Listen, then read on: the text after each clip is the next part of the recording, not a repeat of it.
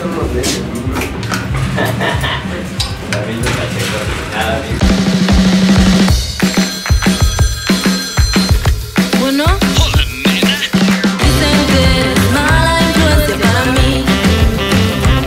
Yo les digo que contigo llegaría hasta el fin. Mis padres no comprenden tu manera de vestir, no saben que sin ti no puedo vivir. Ya no me importa lo que digan mis papás de ti.